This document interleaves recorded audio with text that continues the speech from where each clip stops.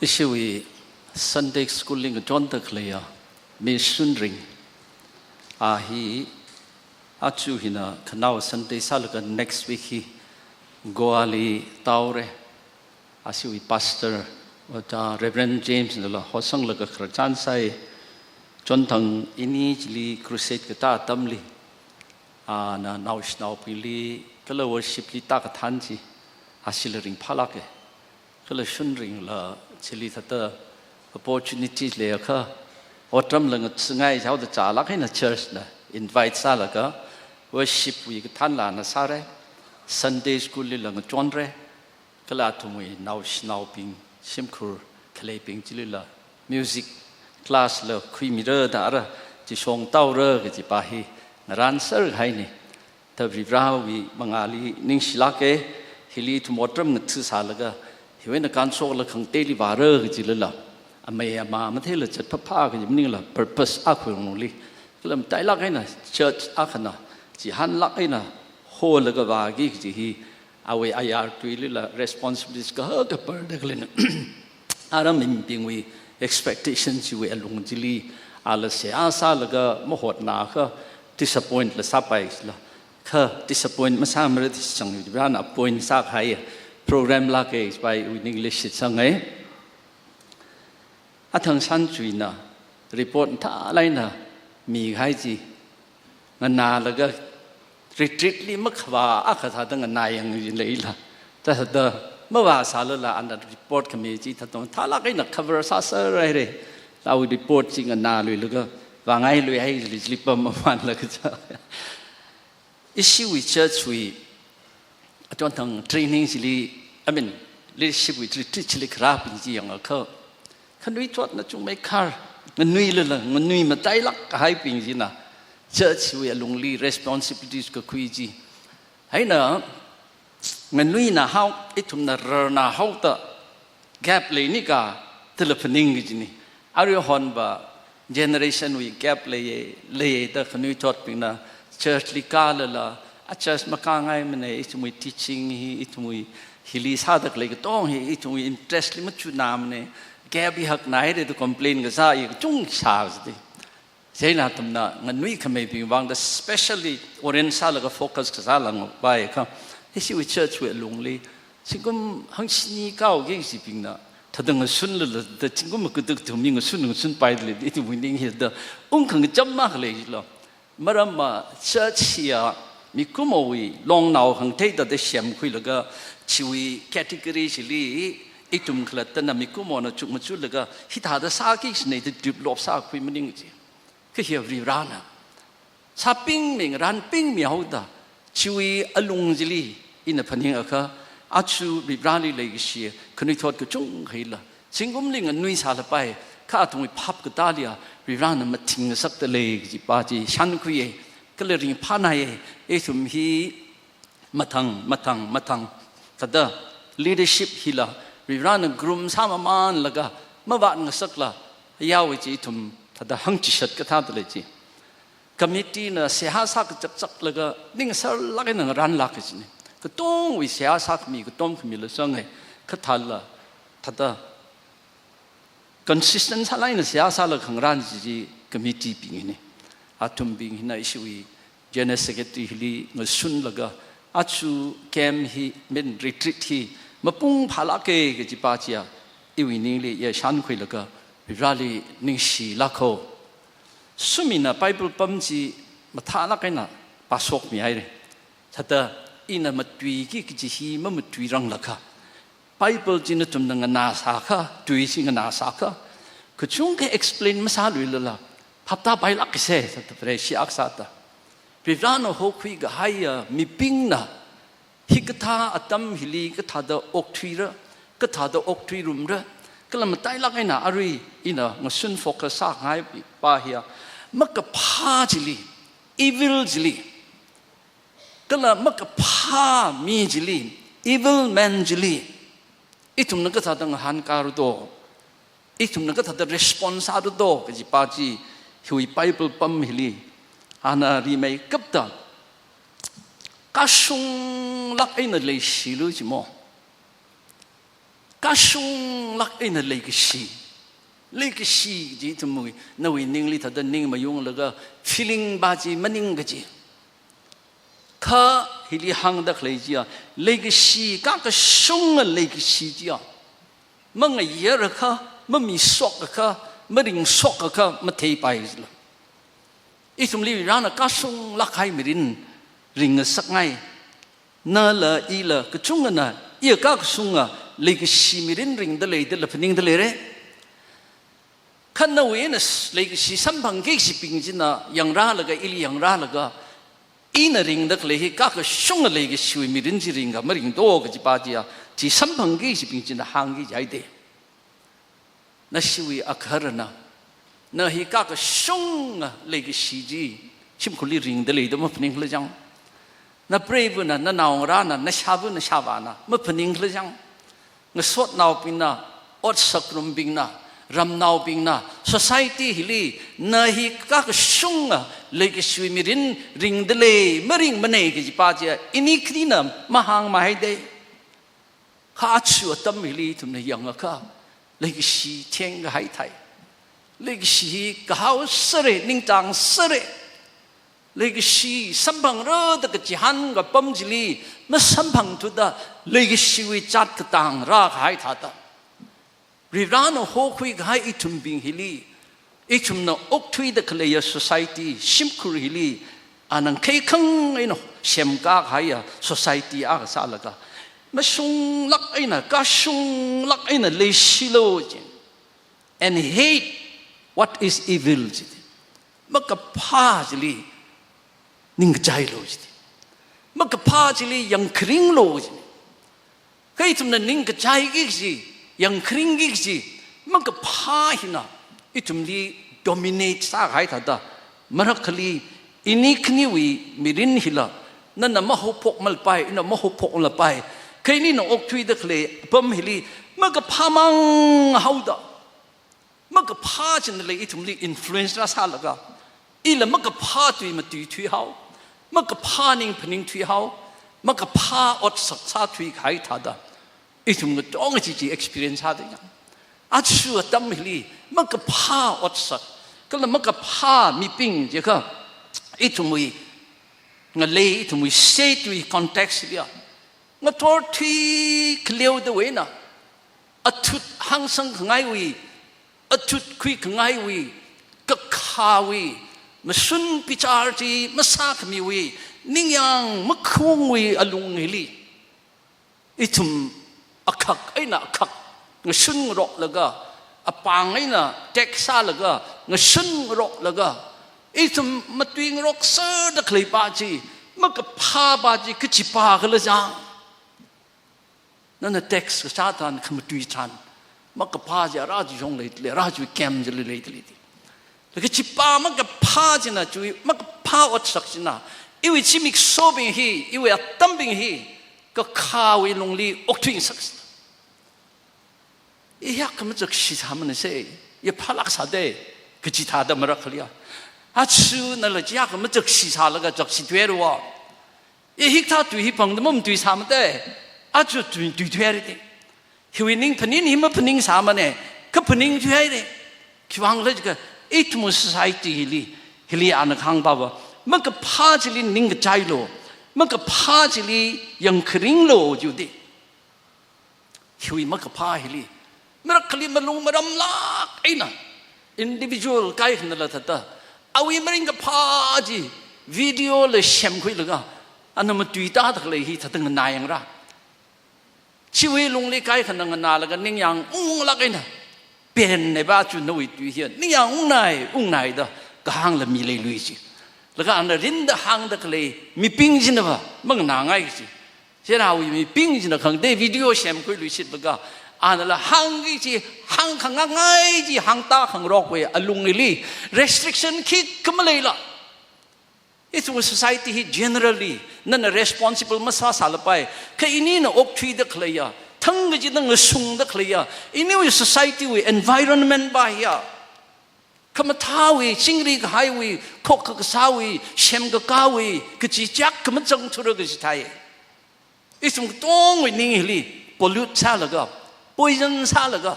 tada ka khari ji manglaga cha char ge stada la na khyang pam cling to what is good kamatha chili ngam shantit lo ji kamatha chili singtit lo ka sung lak hai le ge shi je na ma ka pha chili ning ge chai lo la ka kamatha chili singtit lo chilaga ching chili ana matang natum akha aina akha paning ning rok laga akhana akhli chimeye da khya sing rok laga natumwi lunggatum otsa ngai sli zilji masui talak alo manglawi mei ga chui ji mamit ngasak alo rivrali otram khang tsne da chuk ma chu laga nui ga jahan ji ring pha lak lo kala nui khang ga the ga je ga chot ji li khang ga the ga ji sok ngasak lo sai ha ga sali ning tong lak lo laga rivrali mi pingli nui khle ji la Quisok like a kumima lila, Sheba Sakate, Salo, like a 14 jili. And bless those who persecute you. Nali rek the clipping jili, none ring the clepum jili. Nali ning rak nasapta chot nasapta, Tangwisa the clipping jili. So me low judy. Kachi katawi tamujite. Ichumbina sadak lehi. Bible we twini, Biblia we twini, and bless and do not curse. So mi laga, makon shiluji, kipali,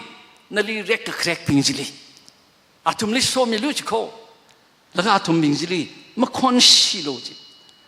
Aching jili tumli, akkasada, uktwirum kwayu wang, kamatan jili matan rumlo. Kecap cili caprum lo harmonia salak ina ngajam tamaina lang so malay lak alo ka kangachan bing lila associate sa kangai kecipaji nui attitude salo like 17 jili do not repay anyone evil for evil yaud kipalika magpaji bang magpaji na mangalon luchiko repay masaluche maka papa sili a chingli hangka no we song in a sapai de leaka mi ka tong jili nga cham tham da mashit to okchilu no we song in a sapai ka jin an khang pa khang te we song in a sakara pa ji maning la kan no we song in a mashit to mok thui pai li ka ji pa ji an khang pa wi thum li check sang sa ngai ji le ga hili do not take revenge my friends but leave room for God's wrath achut ma khwe lo jini laga aching ta ka tang chili ka ta tang do do not be overcome by evil but overcome evil with good ma ka pha jin na li ma sang that ng sak lo ma yui ng sak mi hai lo ka pha jin na ma ka pha ji li yui lo ma ka pha ji ma ya sang la ka pha ji ma ya sang lo ki jin ba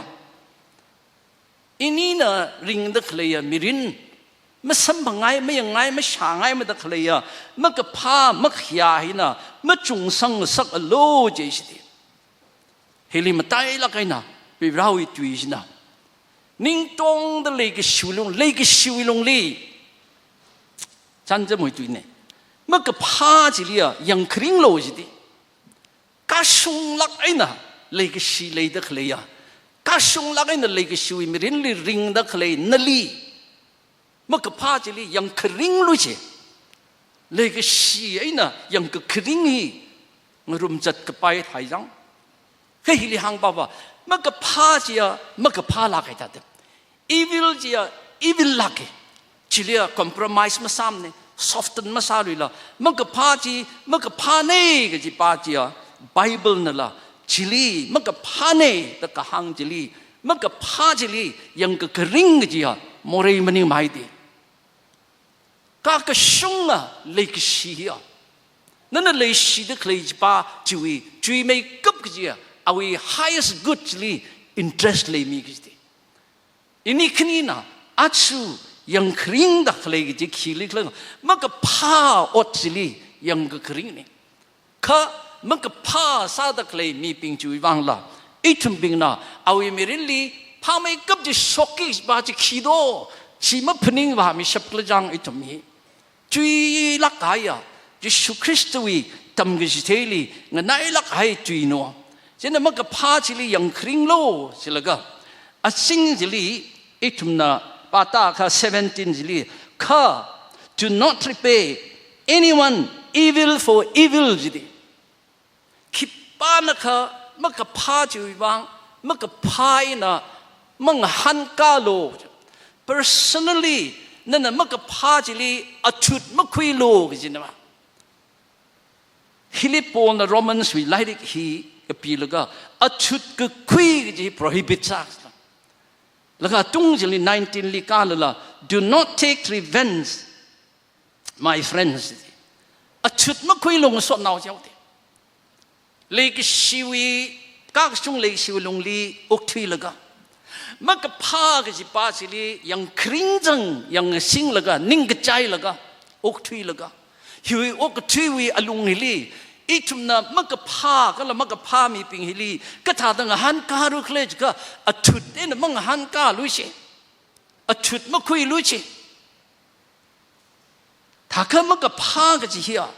มันก็พาจิตันดีมันเลยมันละมันก็พากิจป้าเชียมายาสังสักแล้วก็อีทุมนั่นละโปรโมทซาระละมันก็พาจิลีมันก็พายนะงหันก็กัดสานงหันก็กัดสานมันก็พาจิทีระละชิมันระละมันรักลีอีทุมวินิงเดียจิตาดชิมันมาเราสิละ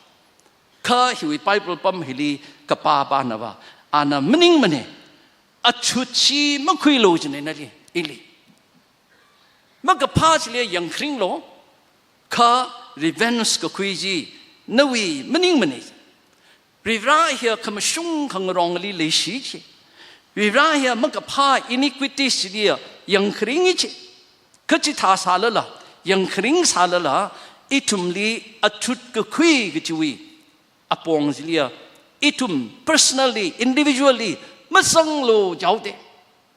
อาจังอินข้างท่าดาอาชูสกตะเคลกต้องฮีequalize แล้วก็ even สักไว้บางอาหารของพิเตกะอาหารของพิเตกไว้อภัยของพิเตกะอภัยของพิเตกไว้ชิมมาของไม่ทวดก็ชิมมาของไม่ทวดไว้ก็จะวีมิชุนฮีสัมพังยีลักเกฮิวิพิจารฮีมิชุงลักไอ้น่ะสักของยีพิจารท่าดาอีทุ่งนิ่งลีเลยแล้วก็อัตรินข้างท่าดาอัดชุดคุยของไอ้ก็จะวีนิ่งฮีอีทุ่งก็ต้องลีอีนั่นมะกหางฮีมุสฮอร์มารอมข้ออาชีวะตั้มจังวะอีจุมันนิปุลิเลยตะเคลก็ต้องฮีก็ทุยก็ยันทุยแล้วก็จุยน่ะคะแนนตาส่งดานาวชนาวตาส่งแล้วก็ถ้าได้อัดชุดไงยีลักไอ้น่ะคุยระมาชุนจิกาช่างยีลักไอ้น่ะซาระก็จุยจุกมาจูลงลีนาลีอิลีริบรานะโฮคุยแล้วก็เอาวีนาวรับกันสร้างสักแล้วก็church วิอลุงลี church อักษรดริงขังสักวิลุงลีมันก็พาจิลีมันก็พามีปิงจิลีอีจุมนักท่าตั้งหันการ์เล่กจิปาจีอีจุมวินิงลีมาไล่ก็ให้ท่ากิสลามฮิลี sermon on the mount ลีจิสุคริสต์นั่นแหละมันก็พาอาจิลีมันก็ชุงโลจิอาจิลีอัจฉุดมันคุยโลกจิปาจีจิสุคริสต์อาคลตันนั่นละหังจิเตจิก็มันก็พาจีคราชสันอีทุมนับนิ่งว่าแล้วก็จะมุงตากไปฮิลิหังตะเคยท่าดาก็หังฮีจิสุคริสต์อาคลตันน่ะก็ท่าดา exemplified ซาโดอันนั้นจันจะไม่น่าซาจิเตโตจิก็อีทุมนับ First Peter chapter 1:23 จิลิปาค่ะ when they hurled insult at him จิอาลีมีปิงจินาจิปัดละก็อาลีมีปิงจินามชิมชีละก็กจิปัตรัน he did not retaliate อัน retaliate ไม่สามันนี่สิมีปิงนะอาลีจิปัตตะเคลจิลีอันไม่จิปัตมันนี่สิ when he suffered he did not threaten อันก็จดกับพุงทานมีปิงจิลีอันไม่สามันจิตมันนี่สิจิสุคริสต์อักลันนั้นตั้มจิตให้ตะเคลฮีอาวิชิกสุรามาไต่ละกันนะอาวิ disciples ปิงฮี hey อัดชุดก็คุยกันจีนวีมันยังมาเขาก็จีท่าดาจะสุลีตุคุยกันแต่แกจะมันยามคุยเล็กราชัน ยังก็ชีบิงจินะจะสุริรัตุควายคราลีปีเตอร์น่ะขายคุยชกแล้วก็ยังก็เสียคุยขนาจีไฮปริสวิราวิขนาก็ตัดตามมิลักสิจะสุขีขนาก็ตัดควายน่ะก็มาตายในชิ้นกันจ้ะนั่นทุ่มลินเตอร์การซาลก็จริงเราไม่น่ะอินก็จริงเราอยากคุยตาเลยตั้งแต่มุดเท่าเลยอ่ะคุยแล้วก็จังสุนมิลิฮาวอัดชุดก็คุยก็เลยริตาเลียดก็ซาก็จีอีทุ่มลีไม่ซาโลถ้าเขามันก็พาก็ซาก็จีเลียจะเป็นเอาเสียสิละมันก็พาก็ซาเจ้าทัดเครทัดก็ทัดทางดาทัดมันก็พาจีเงยาวยังนี่เลยสักเสียสิละก็มันนิ่งมันนี่พอลนะเฮ้มันก็พาปิงสิลีอัดชุดมันคุยโลริตาเลียมาซาโลดาหังดะเคลพอลไปนักเขียงเลยก็มันก็พาสิลีตันดีมีพลุงกิกสิเนี่ยเจ้าเดมันก็พาสิลี punishment มีพลุงเร่เจ้าเดข้ามันก็พาลี punishment มีกิกสิจีนั่นน่ะมันนิ่งมันเนี่ยอินน่ะมันนิ่งมันเนี่ยจีน่าหังดะเคลพอจงสิลีหังอะก็มันก็พาอัตุมบิงสิลีริราวีมันลุงขวาสิลีให้เมียวโลเจ้าเดวิราวิมาลงควาเจนะวายฮารุโนมารามาอัตุดก็คุยจีวิราวิเนี่ยเอาวิ prerogative เนี่ยฮิตาดไปบลิก behind the lay อารุยโรมันส์เลยหังเดเลยอัตุดจีอินหังสังเรอัตุดจีอินคุยเรจันจะสุคริสต์วิ disciples อักษาละก็เอาวิที่ก็สุด church อักษาละก็อีทุ่มบิงนะทั้งจิตอินิคนิวิมิรินลีชิมคุลิรุโนงสดนาวลิรุโนลองนาวลิรุโนยูริลิรุโนอัตุดก็คุยอัตุดหังก็สังก็จิบาฮีอินี่ลิมาสังสังไงมันนี่จิโมก็อัตุดมีกี่จิบาเจียริบลาเน่ punishment มีกี่จิบาเจียริบลานะปนิสากิเน่กิจิบาจีอีทุมนะไบเบิลฮิลิปาตาค่ะก็เทสัมพังไงสิตัวริบลานะอัตุดก็คุยกิเจียก็ถ้าตัวคุยรู้ดอริบลานะมาสุงไลนะพิจารณามีเวลา这个一种个中可能一种为能力沙米热个就包吧，可么让克里亚，你让那沙米给些，看到我tâm里，你让那阿维比查个沙tâm这里，个当个里么送来你比查沙米热个其他的。Romans chapter 2，พังอา这里ยัง个ที่个比海的里克来个，มันก็พามันขยับอยู่มันก็พาจีถ้าที่ถ้าตั้งรอสังมามัน的เลยสิ กระนั้นขังรอว่าอะไรสิครับรีวิวขันน้าพิจารณ์รีวิวมาสร้างละใครต่างๆมีกจีด้วยมักกะพาจีถ้าตั้งรอการมันเดลยสิถ้าข้าเวรชินาอักษามีกุมอักษาละก็ฮิกท่าอกทุยปั๊มลีปั๊มเดลยละข้ามาชุนวิพิจารณ์คิดป้าเขามาสัมพังเลยมันละมักกะพาอดจิววังมักกะพาซากหายปาจิลีอันนั้นสัมพังรันตันดีเจ้าโอ้ก็ทีนี้มันสัมพังละก็สิ่งนั้นที่ขณะอุปจารีงส่วนบาสเราละจะก็มันนิ่งมันเองจีดีอีสมใน Romans chapter 13 จีตากตั้งอ่ะ13จีลีก็กาทัน verse 4จีลีขี้หังเลยจีก็ฮิลีเลยเด็กเลยอ่ะอัตุงไงนะหังละก็อีสมก็ต้องนะอีสมวิgovern สามีเด็กเลยโอ้ก็ถือ authority เป็นจีลีสมิธทราบลงกี่คิดเนี่ยกี่จีป้าจีอาจุมนะคิดซาดาอีทุมไอตรงลีมุงละก็พิจารณาละก็มันก็พาจีลีตันตีมีก็พาจีนะขนังไฟมาเล่มหนึ่งจีไฟมาเล่มหนึ่งก็มันก็พาจีลีตุคุยละก็พิจารณาขวายวิวัง law enforcement officers เลยเด็กเลย judiciary system เลยเด็กเลยมันก็พาเป็นจีลีอารุยรีบร้านจะเทคมีเวอลุงจิลีคอนโทรลซากไว้วังมาสุนพิจารซากไว้วังก็ให้นี่เช่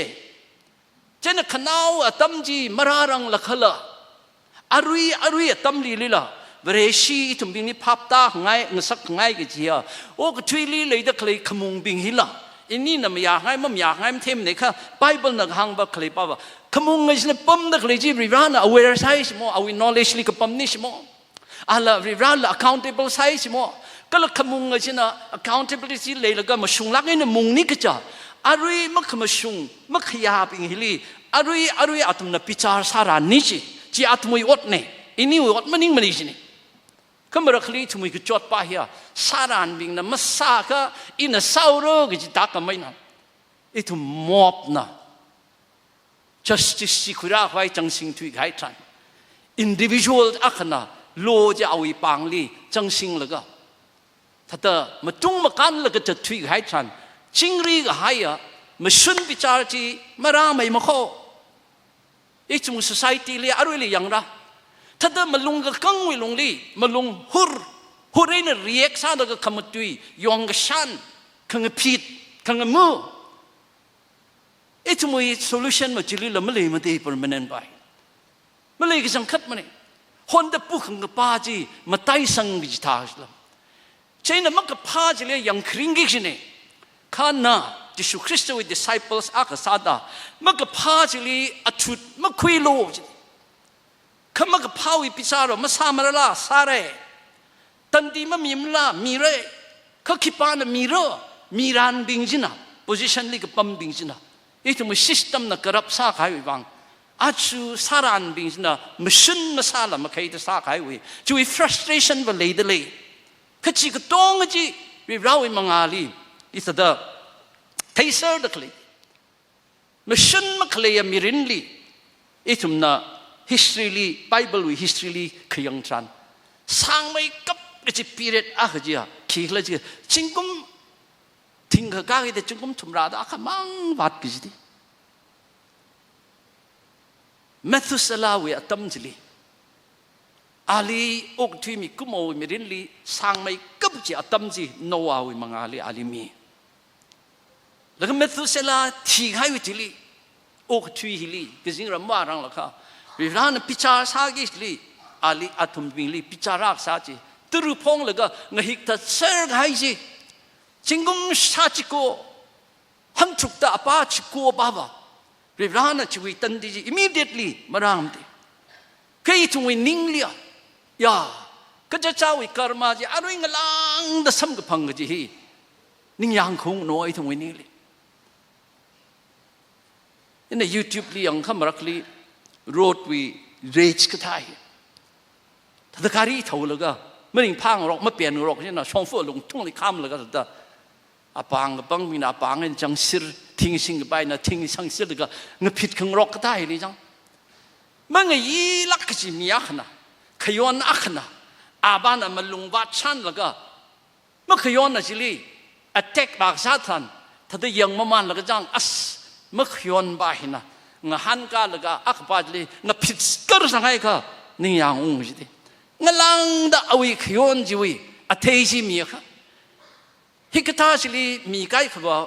มีนับบ็อกซิ่งเนี่ยชิลแล้วก็เพียร์แล้วมันหันกันละวิดีโอจีคุยแล้วก็ตับลักไอ้นักกับคุยมีไว้แล้วก็จีกับคุยแล้วก็ police station นี่ว่าแล้วก็ชีวิดีโอจีว่าสเตแล้วก็ now the penalty จีเอาอีการิงผิดกายจีการิก็ทารุยมันมีจริงไว้ข้าอาณาชีเงไรแล้วก็สัมพังว่าช่วยกายจีอีว่างเงไรชันจิละยังนั่นเลยแล้วก็ลุงจังจิลีงหันกันแล้วก็มาติดจารักไอ้น่ะอาลิงหันก็กจีอีทุมาจีนิ่งยังเมย์นี่กับริบรานะฮิลิฮังดักเลยป้าจีมาชุนวิพิจารสารานบิงมาชุนปั๊มของลีปั๊มดักเลยบิงจินะมาชุนวิอดจีสากิจีเนยกจีป้าจีแค่ฮิวิมาชุนวิพิจารก็สาจิตรานละมันก็พามีปิงมันก็พาอดสักช่วยลุงจิลีฮิวิ officers ปิงหินะมาชุนจิคุยรักไว้มันก็พาปิงจิสัตว์ไว้ก็สาลี discriminate สากิชเนยจีindiscriminate มันสากิชเนยจี focus สิมันก็พาจิลี focus สาลก็มันก็พาจิลีตุคุยแล้วก็มันก็พาจิลีพิจารสากิชเนยจี indiscriminatelyถ้าได้อีวิมาลุงขวัดสินะอาทั้งฮิลีอิชิชิมคุรักสาวทัดเอาได้ถ้าได้ขเลยก็ต้องอินเนอร์เซนต์ละสาวทัดวาระก็จีป้าจีมันไม่ชงมันไหนจีดีจีเวรชิวิไรวิมาชุนโลก็จีพับกตาจีงว่าสิละฮิวิอายินวิอลุงจิลีอายินก็สิ่งเป็นสินะอายินสินะมันก็พาจิลีตุคุยกับไว้ก็จีทันอินเนอร์เซนต์เป็นลีcrime commit ก็ซะ violence ไอ้น่ะ innocent เป็นลิซ่าก็จะจีมันไม่ชุ่มมันเองจีข้าได้ทำวินลุงเลี้ยจีมันไม่ชุ่มมันเองจีมันพิงว่าเลยมันเอง ชุดกุยง่ายนุ่งลีอิรัมนาวอารัมนาวอาชิชิมคูร์อิชิชิมคูร์อารัมอิรัมกิจไปในยังละก็ชีจีอาชินเอจค่ะอินเนอร์เซนก็ทราบยิ่งทีเลยปีรามเลยเนี่ยถ้าได้หังสังแล้วก็มีอะไรท่าได้มันไม่ชุ่มให้เตอาชูโลลีเลยได้เคลียปิงหินะ even criminals ปิงหิลีทุกคุยแล้วก็อาตุมลี prosecute ก็สาธารก็เชื่อเป็นนั่งได้ control เคลียกี่มันสั่งมันต้องมาสักไป minimum ก็สักมันเนอร์มันต้องมาสักไปมันตุกมันต้องมาสักไปมังหันมันต้องมาสักไปชีวิตอปงลิมันนิ่งละ exercise ละกันเนี่ยเห็นละกันนะเรกก็เรกก็จะละมันมีอะไรมันนี่สิ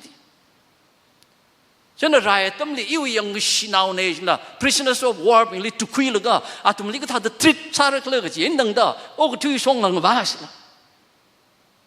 แต่อีทุ่มไม่ได้ชิวช่องละใช่ในฮิลีมันก็พาอาตุมบิงจิลีตันดีมีควายยังสังดักเลยอ่ะ officers บิงหินะอาตุมนัดจีก็สาตั้มจิลีนั่นสิลักกันนะ control ก็สาวิสรุกจีเลยพลุงกิสก็ละ target ปาจีมันสิไลน์เลยพลุงกิสเนี่ยก็ละอาตุมก็ละตละ see execute ก็สาลี control ก็สาก็จีเลยกิใช่ไหมอาชูอิทุมวยอลุงลีน่าสังละก็อีสังละก็อินี่วิมาลุงขวาดไว้ลุงลีอินี่น่ะจุกมันชื่อตะกเลยฮิตากิสเนี่ยฮิตากิสเนี่ยก็จีมันรักลีจิชูคริสต์วิสักขังเธอปิงมันทากิสทาโคลังทุยก็ให้เงวายแล้วก็จริงจิลีอานาปาตาค่ะนุยยังชีนาวปิงจิลีอาทุดไม่คุยโลกจิมังมันนิ่งละข้า13จิลีขังตะกเลยเปล่านลีเรกเครกปิงจิลีโซมิโลเจ้าเดนลีคนก็ชิบิงจิลีโซมิโลเจ้าเดก็อยากสักตัวเหี้ยไอ้ชมก็ต้องวาง practically สักทีจังถ้าจะมาปุ่งพาลักไอ้น่ะเรียกแล้วก็ชาวตะไทยแล้วก็โซ่ขมิดวีหังแล้วก็ทีไงที่ชูมังเนี่ยไอ้ชมหิมเริ่มเนี่ยใครชมน่ะสุดจะตะเคลียไปจนยืนจะตะเคลียจิชูคริสต์วีมังลาจินะกษัตริย์มีแล้วก็ขี้กับปีกเลยจิก็นั่นลีเรียกเครกเป็นจิลีโซมิด้วยเช่อาทุมลีไม่ยังคริงละไม่คนสิละอาทุมวี highest good จีจุกมาจูมิลุยเช่อันนั้นนั่นลีสัตว์ขรัตตซาแล้วก็นวิวังมันก็พาสกง่ายพนิงตะเคลีจีนั่นน่ะเอาวิวังก็พาสกไว้วังพนิงมิลุยเช่คิดว่านะคุยสับรู้ตัวหิตาที่จริงเหรอจูขบริบานะไอ้ทุมลีขมีที่จริงเนาะแล้วก็อันน่ะไอ้ทุมลีขี้ยังแล้วก็คนเดินยังสิบาสินะยังนั่นลียังสิบาจังจัดไทยก็จัดจิมิซาโลจิตหรือจังกัตตรุจิมิมังโลชิตาก็เอาไว้อกุยตุงยังจิลีนั่นน่ะไม่ท่าเปิดมิเรชิโมนั่นลีมันก็พากับซาปาสิลีนั่นก็พายหนังฮันกากมีกี่อ่ะเอาไว้ตรงลีไม่ท่าเปิดมิก็ไม่ท่าน่ะจุยแล้วก็อาลี hurt ซารุโนก็จะปามันนิ่งละก็ชินะขีซาระก็ชีนะอาลีพนิงคุยกันสักเรื่องนิ่งกันเตกสักแล้วก็ redemption จีสัมพังไว้วางจะปาลีโฟกัสกับสันด้วยอาทั้ง hospitality ชูคริสต์นะอาลี hurt กับซาทานอาว่ามังฮันกามันนี่สิ threaten มาซามันนี่สิเขาก็ถามว่าตั้งโด23 verse ลีจิชูคริสต์นะมาสุนพิจารสักมีป้าจิลีเอาไว้มีรินละเอาไว้คอสต์ละคันนี้จิสมิธสาวไอ้จิตขังเตลิท้าวโลนั่นสิชิมคุลีจินาวงราอาวุบาวิงใจลีเงินนั่งรกแล้วก็กระหึ่งรกหายสันนั่นลีเฮิร์ตซาแล้วก็ยังกิสิท่าเดเลยเดคลีป้าจีวังเสียสักมีแก่คนจงโตอีลีจากชีรโนเดสักมีป้าจิลีจากชีใครวังมาพนิงมีลุยจะไปบนหางบ่าวเขาขี้ซาระอีลีสัตว์ขรัตตะคลีป้าจีวังเสียสามีโลจิตชิมันิงชุระคะ สัตว์ก็ขรัดมีจุงทุยไข่ละจิมันนิ่งสุขะมันก็พาจีจุงทุยไข่ละไอ้จุงมีรินลีตัวลักไอ้นั่นมาซาละถ้าจะใช้ยังไงเป็นนักเทศเลยนั่นนักยักษ์มาเลยสิละนั่นวินิงลิกยักษ์มาสิละนั่นนับริบราวิมิงลีนั่นลิขมาซึ่งสักตะเคลป้าจิลีจุกมาจูละก็มิงเปิ้ลละก็เอาวิวังเสียสักมิตรานนั่นวินิงลิขีฮิลิงราโดนั่นลิกถ้าจะฟีลชาโดไอ้จุ่มก็จุงขบ่ practice ละมาใช้ยังมาได้ experience ละมาเลยมาเลยแค่ฮิบริบราวิตุยฮิจังบังชับเลยลักกันสิละมักกับพามีนะปุยกหายมักกับพาอัดสดนะปุยกหายมักกับพารำลีนั่นนักท่าดอกอกชุยรักเลยนั่นนักท่าดอกหันการรักเลยก็อัดชุดก็คุยลุงลีก็ขาจีมัลติพลายซาลก็ชาวก็ทัดจีมัลติพลายซาลก็ไม่ริงไม่ได้สิก็มักกับพาจีเลยมันไม่อยากลงไม่ได้ขณะนี้คนชีดขนังสักตะเคลมีปิงจีวังเสียสามีโลอัตวิรุกจังลีตรมีมังโลอัตวิกไทยลีสตัดมิซาโลจิตาค่ะอาจจะมีแล้วก็เขียกวิลงลีพนิงคุยแล้วก็พนิงคุยนี่นิ่งเตะแล้วก็รีบร้าวิชงหันุงเรจดิรีบร้าน่ะมะหุยมีกระไปมะกระพางส่วนเอาแก่เลยดอกนู่นอีบางจุกมาจูแล้วก็อิชิชิมกุลีฮิป้าฮิเลียยังครึ่งหนาพรงรีบร้าน่ะละมะหุยมีไปมั้ยเนี่ยอิชิวิตั้งคุลวิเดลิลิปัมนักเลวิฮิปิงฮิเลียรีบร้าน่ะละจักชิมาอิละมะหุยมีไปมารำมาอาจจะมีอิลิขนังสักลักไงอิลิจอดสักลักไงก็จีมีมังวาโดตั้งคุลจะเดลีฮิกท่าปมลีทั้งก็จีดาจับกษัตริย์อิทุมินิงลีบอมบัดซาดักเลยตั้มจิลีพี่เราอิทุยฮิลีซีเรสาลักไอ้น่ะอินินสังละก็ช่วยชิชูดากจัดจิตรันพี่เราน่ะสกมาสักง่ายใช่น่ะอากาตั้งลีเจงมาเตลักไอ้น่ะวักตั้งขีโดฮิลี Do not overcome by evil but overcome evil by good สิวะมันก็พากระซ่าก็จุ้งเลยละเขาก็พากระซ่าไม่เลยสถาดะมันก็พานะมิดยูราจิ Augustine นะฮังเอ If you're suffering from a bad man's injustice forgive him lest there be two bad men มันก็พามีวางไอ้นั่นขมาซื้อเดลียค่ะเพียวมีเขาโลฮิกท่าฮิเลียอันนี้ลิขมาซื้อของเสกตาอินละอาลิขมาซื้อเสกเรื่องจีวิริตาเลชาของโรฮีกระตังมังว่ามันนี่สิถ้าขมาซื้อของเสกจีมาไต่สังไงไต่สังเอาไว้สิฮิลิปัมนักเลยทุ่มวิเชิดวิอลุงจิลีจะสุริที่ก็สุรบิงอิทุมบิงใน society ไทยลิปัมแล้วก็ perfect นักสานวิชิมคุลิปัมแล้วก็ perfect นักสานวิลองนาวจิลีรำจิลิปัมแล้วก็ขีมายาสังของสักดิจังโดอินี่ฮีขี multiply กับสาลิสังเพลงสิเนี่ยไม่ขย้อนที่อันนั้นสารไปอันนั้นหกพกสารไปก็ขย้อนวิพิชาร์สิอินี่คันนี้น่ะริตาเลซ่าแล้วก็ revenge ก็คุยทานขย้อนก็จีมาสุยตาทุยมันเนี่ยก็ขย้อนจีมาไต่สังหาเวก็จีนี่ว่ามาร์ตินลูเทอร์คิงนั่นแหละมันก็พาจิลิมันก็พายนั่งหันกาก็มาทั้งสไปรัลซาแล้วก็สนใจติลิตาทุยมาหน้าเวอดีละกับเท่าเวข้าเนี่ยริงได้เลยละค่ะจะสุคริสต์ลีก็เทมยากสัตว์ society สิลีจากชี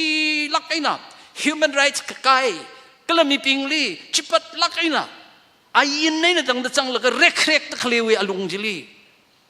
ก็ท่าดาอันคังแล้วก็ท่าดาอกทีโดอะไรก็จะปังเทกหักเจนะหันกามรมันจิมดีเขาเขียนนะเพียวเหมียวโลจิตายก็เตียวสังหาเวขี้เตียวสังสังไงโดยทุ่มวิลีจักรชีจิเตียวสังสักเสมันก็พามีจิเตียวสังสักเสใหญ่หรอกก็พามีจิจงสังสักละมั้งเพียวขมีจิจงสังสักละมั้ง2019ลีมาฟุตวิลิจิงกุมหังพังอาดจิกัวก้าให้ชินาวอาค่ะ Victoria Ruvolo hoda a thiau ana singum hang mati da mati ka tamli thang sin kha awi niswi concertly la ka sa chili ana wa chang la participate asai hanungi da ring pha lang in kari si ana thau la ga khung san chili Long Island chili atum now tip up khai grouping ji kari akhli tong laga atum na tong da khle chili atum na kickaway credit card akhli khui DVD machine ji akhlo khui video game ji khui laga chiwelungli 20 pounds we turkey na singhai akhji ji khui jilga awi sot naw na kari tho ana khnuk chili pam laga pamrum sel laga frozen sa khai turkey ji he songrara da khle Victoria na tho da khle kari chili window chili her ga sok than atum ji ta da cha thau da ai chu impact sim na hau da chiwi turkey na changkhang pichi window chi kai laga awi steering jila awi song nam san hau chi thungli awi amai hi trang a po laga hiwi arukui akhala ami ku arukui hila kai hau amai ga tong kai sarau da ali hapta khani ali komali ning mam ching sak la khang shei ji ma khang khar wang hai laga pung thara operation sa hiwi now bing now ba khyon sa ba hi gashing hoda intentionally Victoria li sathat ke da saju ke da ka sa ba maning kaning magsang la parek check hai we alung jili parop sok hai li mang chung hai laga consequence ma lei lucky sa da her ko sok tamli ali wa chi hai no pisar sa laga mayor now ba hili asiwi district attorney na ahi singum makta phanga in prison sa vai sentence sa ra klei tamli Victoria hina chukmachuli shite ya achu ili sa ka chu ji in phap dai re khangate akhli sa chu sani cha naw ma yara pawi mirin we hili kup kai ne kha khui wang ina ana iwi mirin hi sem khui li ka pai la maning phadop chili suitang sakchi to awi mirin makuta phanga hi seina abana Thomas Patoli chiwi district attorney chili request sa la say kalinian samilo the poawdi kashing hina court chili khra tamli awi attitude chi the tla awi sentence the ga hai tra chop laga kachang kat a remorse size di ning kat te ning chot chile laga Victoria na ali hak sa me shmo laga Victoria wi mangali an khyang le ion chao hai re ili phyo mi lo ki than it's okay jana I just want you to make your life the best it can be no wi mirin wi phamai kap ki pa ji in ali sok sangai khi khama tha mane ki pa ji an hang laga me here na pa na khyang le your ability to forgive has had a profound impact on me. It has already made a positive change in my life. Iwi mi rinli no i phyo mi ka shap ka ji pa hina nga cheng sak hai re Victoria hina prison le de khle inmate ping khang te ping le awi ka zarai hai than phyo khmiu apong li ana matui maman laga ana lairik ak ka pi khui no room for vengeance injustice and healing mashun sa kala khraiwi apong hilia atut ka kui rumale mane ki pachi hili attorneys in the khyang le ka she is just an extraordinary person awi mirinli an pichar sa laga hikata ma thei lak rang chi hon the tandi ji severe sa lak in a maximum punishment ji milo singro ki ji katang Victoria na kangda ya iwi lira sok hai phai ri chang nga so naw lira sok sani cha ma phyo mi ngai la naw snaw ba hui mirin sila in the paning la ga naw snaw ba sila chikta pa khre koi mirin sili mga bagi suk le phaning khui la ni ngai khama we lung li iwi mi rin li positive sala khai khang che hopok ai re Jesu Christ wi tam ngi thei ri rawi ka phaning ok chui mi rin li ring da le kha ma sok ka pai ba maning ma hai dei itum wi ka khnang injustices itum na phung da khale ka choti ri rawa film sak jang la share sak jang la bon hofer na khang